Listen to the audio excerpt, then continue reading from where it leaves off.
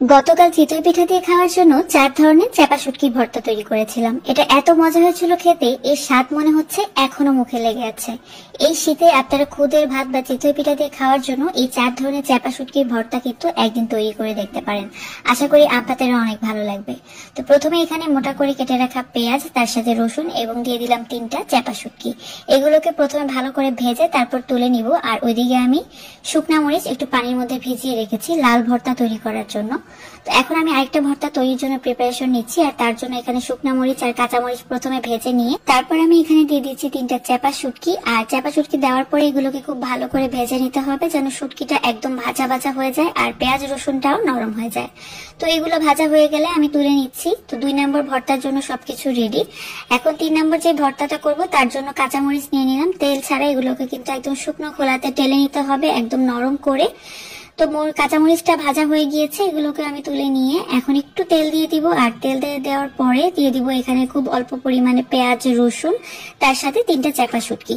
এগুলোকেও কিন্তু খুব ভালো করে ভেজে নিতে হবে। আর আমি এখানে লবণ দিচ্ছি না, লবণটা আমি পরে ব্যবহার করব। তো এগুলো ভাজা হয়ে গিয়েছে, আমি তুলে নিলাম। আর এখন তেলের মধ্যে দিয়ে দিচ্ছি কাঁচামরিচ, তার সাথে পেঁয়াজ রসুন এবং চাপা শুটকি 3টার মতো। সবকিছুকে একত্রে খুব ভালোভাবে ভেজে নিতে হবে। এটা হচ্ছে আমি আরেকটা মরিচের ভর্তা তৈরি করব।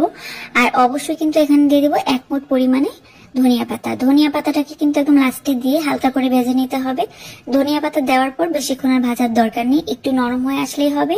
তো এখন কিন্তু ভাজা হয়ে গিয়েছে, আমি তুলে নিচ্ছি। এখন আমি সবকিছুকে বেটে নিব। আর তার জন্য প্রথমে লাল ভর্তাটা তৈরি করে নিব। যে মরিচটা ভিজিয়ে রেখেছিলাম শুকনা মরিচ, সেটাকে কিন্তু একটু লবণ দিয়ে প্রথমে বেটে নিচ্ছি। এটা কিন্তু তেলে রাখা না, জাস্ট কাঁচা যেই শুকনা মরিচ যেটা সেটাই নিয়েছি। তো শুকনা মরিচটা খুব মিহি করে বেটে নেওয়ার পরে এখানে দিয়ে দিলাম ভেজে রাখা চাপা পেঁয়াজ এবং রসুন।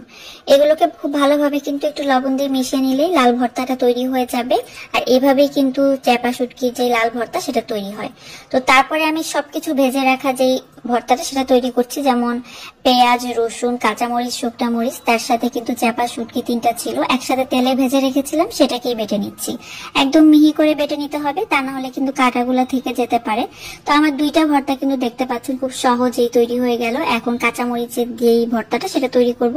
এটা কিন্তু সবকিছু ভাজা ছিল, শুধু কাঁচামরিচটা কিন্তু শুকনো খোলায় তেল ছাড়া তেলে নেওয়া হয়েছিল। আর বাকি যে পেঁয়াজ রসুন এবং চাপা সেগুলোকে কিন্তু ভেজে রাখা হয়েছিল। তো সবকিছুকে একত্রে খুব ভালোভাবে আমি ভেজে নিয়েছি।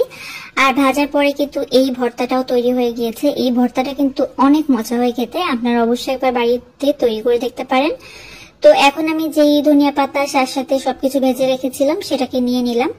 আর এই ভর্তাটা, এটা সুঘ্রাণে তো পুরা একদম ঘর মমো করছিল, মানে এত সুন্দর একটা সুঘ্রাণ বের হচ্ছিল। এই ভর্তাটা বিশেষ করে চিতই পিঠা দিয়ে ভালো লাগে। তো আমি যে 4টা ভর্তা তৈরি করে দেখাচ্ছি, এই ভর্তার স্বাদ কিন্তু একটার সাথে আরেকটা মিলবে না, সম্পূর্ণ আলাদা 4 ধরনের ভর্তা। কিন্তু দেখতে পাচ্ছেন খুব সহজেই কিন্তু তৈরি করে নিয়েছি। তো আশা করি এই 4 ধরনের ভর্তা আপনাদের অনেক ভালো লেগেছে। সবাই ভালো